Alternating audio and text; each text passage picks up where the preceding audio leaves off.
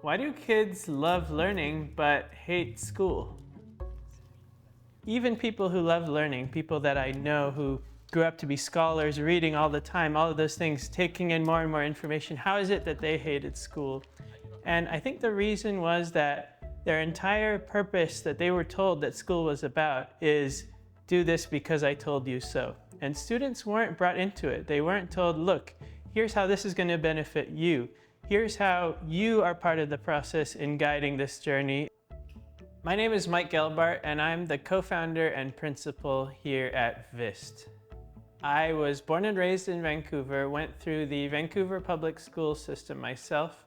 I then did an undergrad degree at Princeton University in physics and my PhD in machine learning at Harvard University. I spent the last 7 years or so before starting VISST teaching at UBC. I was teaching computer science and data science to undergrads, adults, all levels and ages. And I made a few observations at UBC that led me to want to found VISST. And first of all, unfortunately, I and others feel that standards are being lowered in STEM. When I was in high school, just as an anecdote, I was kind of bored in math class, and the teacher actually said to me very commendably, very honestly, hey, here's the math textbook from 10 years ago. It's much more difficult. And I'm thinking, oh, that's interesting. So what happened in the last 10 years? But that trend has continued until now. And if I look at the math textbook from when I was in high school, I see many things have been taken out compared to what's in the curriculum now. That's one thing. But maybe even more importantly, I felt that over the years, students have been focusing more and more on their grades, and curiosity has been sort of going away a little bit. When I would hold office hours at UBC, I would be so excited. I want to talk about computer science. Let's talk about algorithms. Students would come to my office and say, okay, I lost half a mark on this exam or this quiz. Can you give me the marks back? Every kid starts out curious, interested, asking questions. Anyone who's interacted with kids has seen that. Let's be good custodians of that flame, keep the curiosity alive so that students are learning because they're excited to learn, not because of checking a box, getting an A, or whatever it is. Something else I observed in my teaching at UBC is this idea of making connections. How does problem 1 relate to problem 2? Or bigger than that, how does this relate to what you did a month ago? Or in another course, maybe something entirely in a different department. And students would not know what to do there. They could follow the steps, but they had difficulty making the connection, seeing the forest for the trees, if you will. And that is problematic because the world is all interconnected, as we all know. Things are happening at the boundaries between disciplines. And so what's really important for me as well is for the students to be able to see the bigger picture, to make connections between what they're doing and all the possible applications. And that's something we try really hard to do at VISST. Along those similar lines, I want students who graduate from VISST to be able to grapple with ambiguity. And I want them to be able to look at problems and be comfortable with the fact that maybe the instructions aren't completely clear. Maybe we don't even know yet if there is an answer, right? That's how a lot of research happens. And in school, everything's very in a box, very cookie cutter. That's not how the world works. You don't necessarily know what skills you're going to need when you tackle a problem. You're bringing together every tool in your toolbox and your network, even your connections, to help you solve a problem. And so I really want to train our students to struggle with ambiguity, and I think that's very healthy and important for their growth.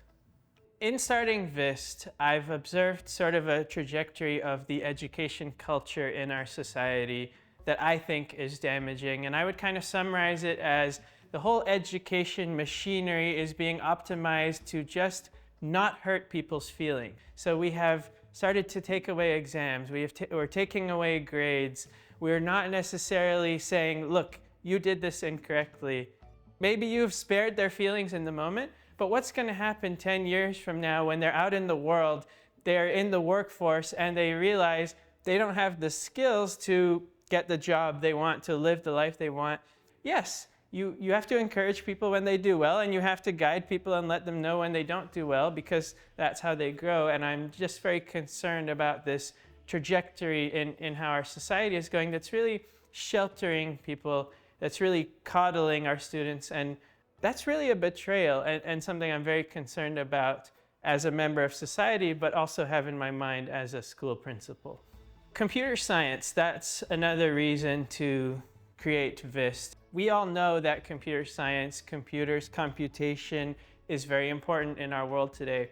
What I observed at UBC is that people are just breaking down the door to get into our courses. A lot of the stuff we were doing in university, it's not too hard for high school age students. That load should be moved, some of it, into high school, because 13 to 18-year-olds, they're very capable of understanding the basics of computation, algorithms, programming. So at VISST, our students take computer science every year from grade 8 to grade 12.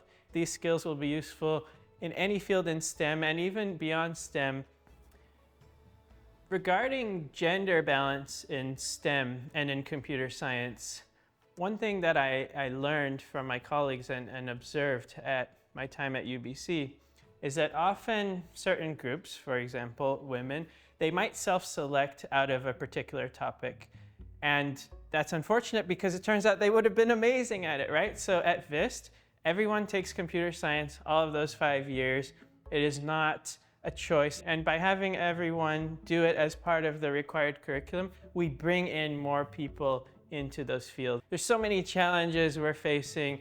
You know, we went through COVID, climate change, all these different things where science played such an important role. And well, how do we get scientists, right? It's through education and through educating different types of people.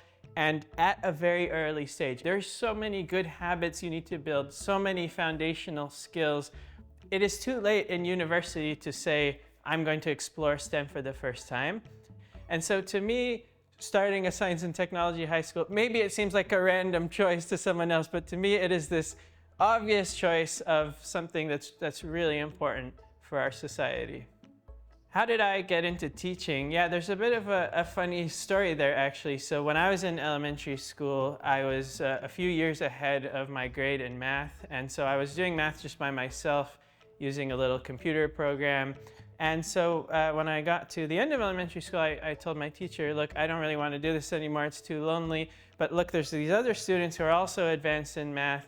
Can I teach them instead? I don't know where the idea came from, but she was totally on board. She said, sure, go ahead. That was really my first time teaching, and it just clicked for me. And since then, I always sought out teaching opportunities at every stage of my life. And at some point, I just had to face the facts. That's what my passion is, and the field that I ended up going into.